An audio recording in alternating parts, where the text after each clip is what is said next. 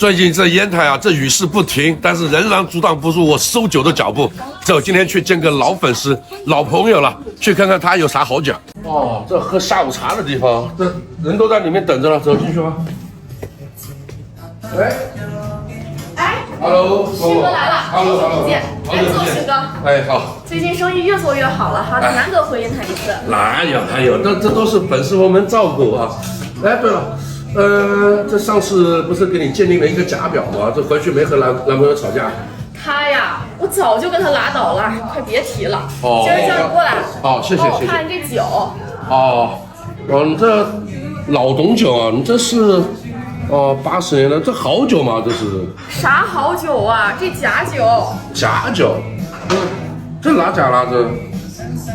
这个呀，我爸前2天呐，他开了一瓶喝，完事儿啊，这味儿跟馊了一样。我尝了一口，差不点哕过去。不是木木，你这就外行了吧？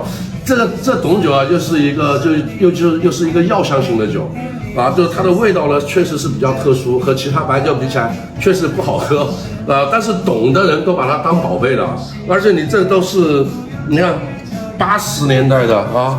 然后你这一瓶，你看这也是80年代的，你这都是老董酒，这种酒都不好找了，这种酒都。那这酒的话，你看呢？我爸说这酒瓶应该是白色儿，你看这蓝不拉几的，这个怎么？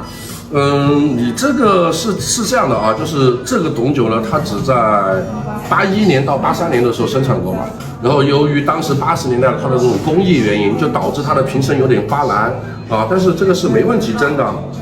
包括你看你这个正标，你看摸着有凹凸感，对吧？然后还有就是，你看这瓶盖，你看它的颜色有自然的这种褪色，啊，这都是这种年代造成的。酒花看着也没问题啊，放心吧，给你爸说，真酒，不是你爸以前有这么好的酒，怎么不拿给我看看？嗨，这不是我爸的酒，是我现男友送给我爸的。现男友啊？啊。哦，你这个换的还挺勤的啊，这个。你给你爸说吧，反正放心吧，酒是没问题的，真的。不值钱。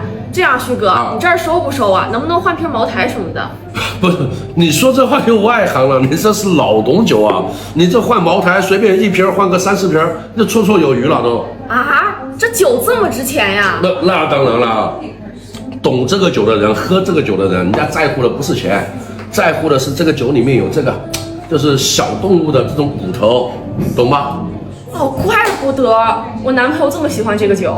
嘿嘿，对，这个酒啊，就是93年以后，就是这个野生动物保护法出来嘛，然后就没有这些东西在里面了。所以说，这个酒你现在花钱到外面去买，可能都买不着。坏了，前2天开的都被我扔了。啊？扔了？不是，你这太糟蹋酒了吧？这么好的酒。那这味儿我都快吐了，我这2瓶没扔就不错了。哎呀，你这行，反正你这2瓶酒这样啊，这一瓶呢，反正品相挺不错的啊，挺好的。但是这一瓶呢，跑酒了，然后上面的膜也稍微破了一点。反正咱也是老朋友了嘛，对吧？2瓶酒给你18000，行吧？这么值钱呢？我想起来了，旭哥，我车上啊还有2瓶那种小茅台，你知道，也是我男朋友的酒。你等让我拿给你去看看。不用，小茅台不值钱的这个。来都来了，你等我拿给你去看看啊。